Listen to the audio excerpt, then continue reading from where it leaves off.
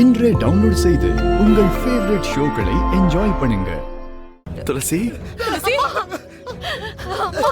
துளசி துளசி நீ எப்படிமா இருக்க? நல்லா இருக்க தியா, எப்படி இருக்க? கண்ணா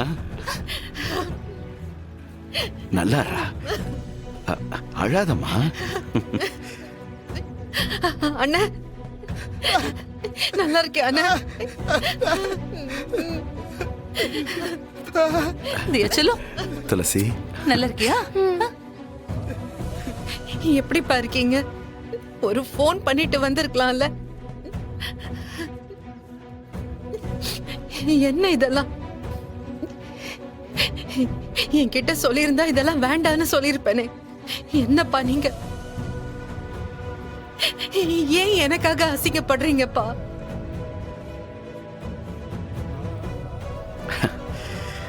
பரவாயில்ல விடுமா, அவங்க ஏதோ கோபத்துல பேசிட்டாங்க. அவங்க பையன் பண்ண காரியத்தால நம்ம குடும்பம் தான்ப்பா அதிகமா கஷ்டப்படுது. எனக்காக நீங்க யார்கிட்டயும் தலை குனிஞ்சு போக கூடாதுப்பா. என்னால அதை ஏத்துக்க முடியாது. சரி விடு, அழாத.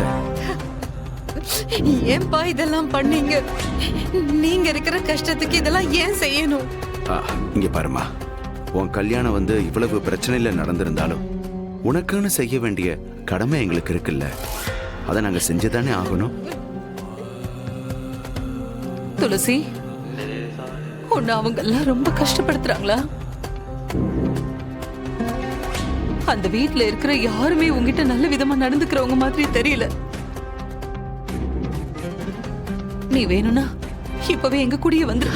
அம்மா, இனி அதுதாம்மா என் வீடு, இதுதாம்மா என் வாழ்க்கை. மா, இனி என் வாழ்க்கையில என்ன பிரச்சனை வந்தாலும் அதை நான் பாத்துக்கிறேம்மா. என்ன பத்தி நீங்க எல்லாரும் கவலைப்பட்டது போதும்மா.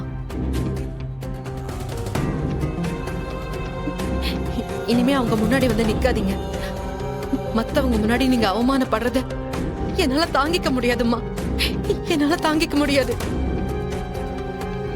ஏய் லக்ஷ்மி, பாத்தியா என் பொண்ணு?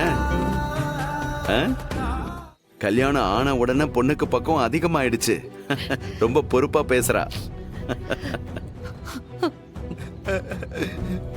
இப்படிதாம்மா இருக்கணும். எனக்கு நம்பிக்கை வந்துருச்சு. என் பொண்ணுக்கு எவ்வளவோ பிரச்சனை வந்தாலும் அவ போராடி ஜெயிச்சிருவா.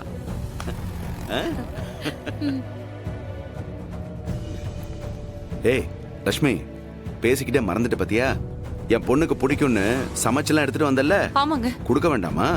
வா, கண்டிப்பா கொடுக்கணும். ஆமா, வாமா, வாங்க அங்க உட்காரலாம். வா வாங்க.